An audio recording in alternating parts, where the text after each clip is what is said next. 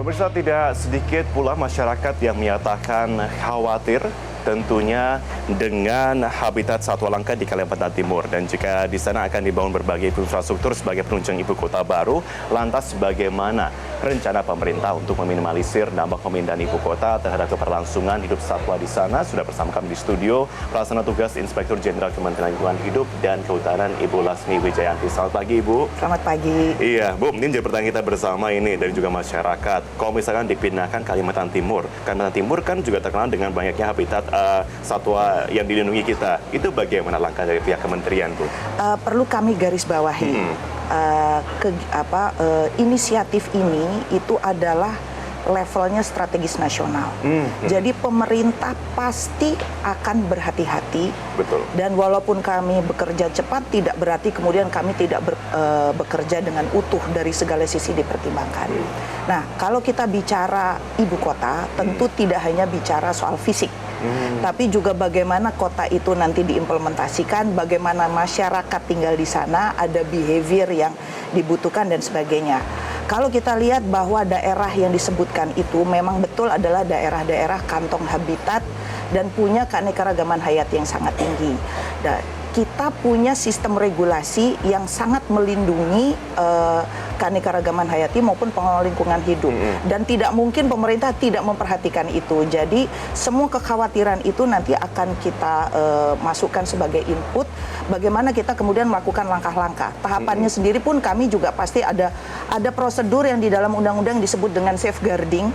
Mulai dari perkuatan lagi kajiannya, bahkan sampai level teknis, setiap sisi lokasi, bagaimana interaksi masyarakat di situ, habitat dan sebagainya, ekosistem keberfungsiannya itu juga pasti akan kami lakukan studi lagi lebih mendalam, sehingga bahkan mungkin dalam desain akhir sampai nanti infrastruktur bahkan teknologinya juga kita pastikan nanti harus melalui proses supaya itu bisa dikaji dan tidak mengganggu agar kita juga menjalankan amanat undang-undang.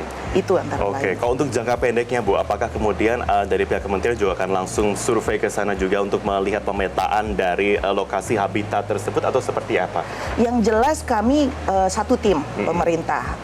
Kalau dibilang survei sebetulnya ya tentu saja kami juga punya banyak informasi di sana. Bagaimanapun juga itu sebagian besar adalah wilayah kawasan hutan dan sudah ada beberapa fungsi-fungsi yang ada di sana termasuk ada untuk penelitian dan sebagainya. Nah, yang jelas dari kami ada tahapan yang namanya kajian lingkungan hidup strategis. KLHS ini mulai dari tidak hanya melihat lokasi survei dan sebagainya, tapi kami juga proses yang membuka dialog dengan banyak pihak, masyarakat, kemudian para ahli dan sebagainya, supaya kita bisa focusing apa isu-isu yang ada kemungkinan akan menjadi risiko apabila itu dibangun. Jadi kami pasti lakukan itu dan itu tahap yang paling cepat. Jadi semua proses safeguarding itu akan kami pastikan akan dijalankan, dan sekali lagi walaupun mungkin kita harus cepat bekerjanya, tidak berarti kami tidak hati-hati. Kami pasti akan menjalankan prinsip kehati-hatian tersebut. Tapi untuk informasi pada masyarakat, Ibu, karena memang dikatakan lokasinya masih di antara dua lokasi begitu ya. Nah, tapi untuk dua lokasi tersebut itu apakah memang termasuk dalam lokasi yang memang dalam pantauan Kementerian Lingkungan Hidup merupakan ini lokasi yang memang banyak habitat yang dilindungi atau seperti apa? Ya, kalau kita lihat misalnya Kabupaten Penajam Pasir Utara begitu ya, sebetulnya itu ekosistemnya kalau kita lihat kabupatennya ada ekosistem hutan hujan tropis terus sampai mangrove dan masuk juga ke Teluk Balikpapan, dan kita juga ingat bahwa di situ juga tempat home range-nya mulai dari pesut, dolphin irawadi dan segala macam orang utan, bekantan, burung dan sebagainya itu habitat yang masuk di sana. Demikian juga dengan sebagian Kutai Kartanegara yang berbatasan dengan Penajam Pasir Utara juga ada banyak wilayah-wilayah hutan lindung, punya ada tahura juga di situ. Kemudian juga ada kegiatan yang untuk penelitian dan sebagainya. Jadi saya kira itu masuk dalam area yang nanti tentunya akan kita kaji. Bagaimana desain dan bagaimana persis lokasinya itu yang nanti sambil kita berinteraksi kita nanti kemudian sampai pada satu titik yang paling aman tetapi paling visible yang seperti apa. Oke Ibu, mungkin usai jeda saya akan juga bertanya Bu ya, mungkin mengenai bagaimana tentunya langkah prioritas dari kementerian juga. Karena kita lihat kan memang bentuk pembangunan ini pasti akan sangat masif di lokasi sana. Lantas bagaimana kemudian dengan proses pemindahan dan juga langkah-langkah lain kita akan bahas usai jeda. Ibu Lasmi, bisa tetap bersama kami di Selamat Pagi Indonesia.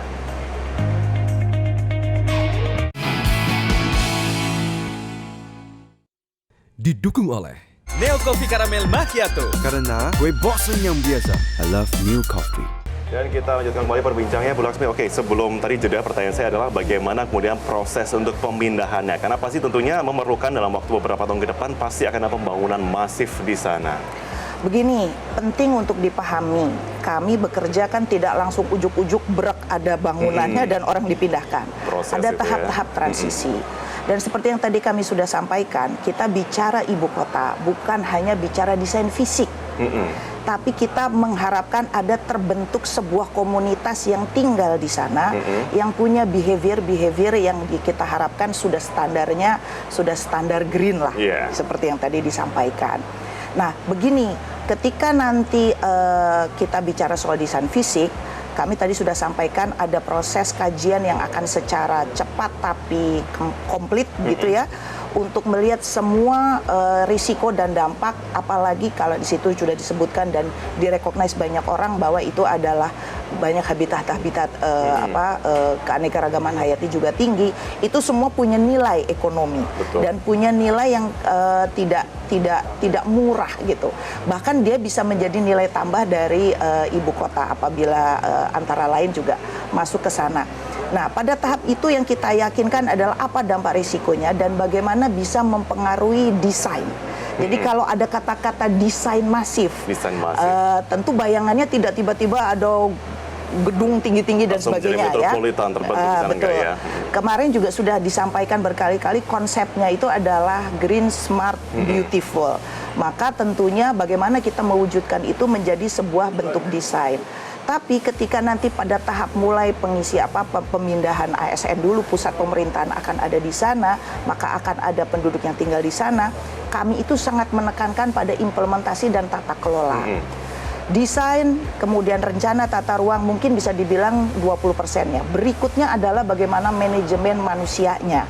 Bagaimana tinggal di sana punya behavior, punya standar-standar kehidupan yang tentunya kita tidak ingin tidak bersahabat lah dengan lingkungan begitu ya. Dan itu yang kemudian juga bagian dari yang ingin kami dorong supaya rekayasa sosialnya siap gitu. Nah, tapi untuk karakternya sendiri memang untuk lokasi yang dipilih kemarin di antara dua lokasi itu seperti apa sih?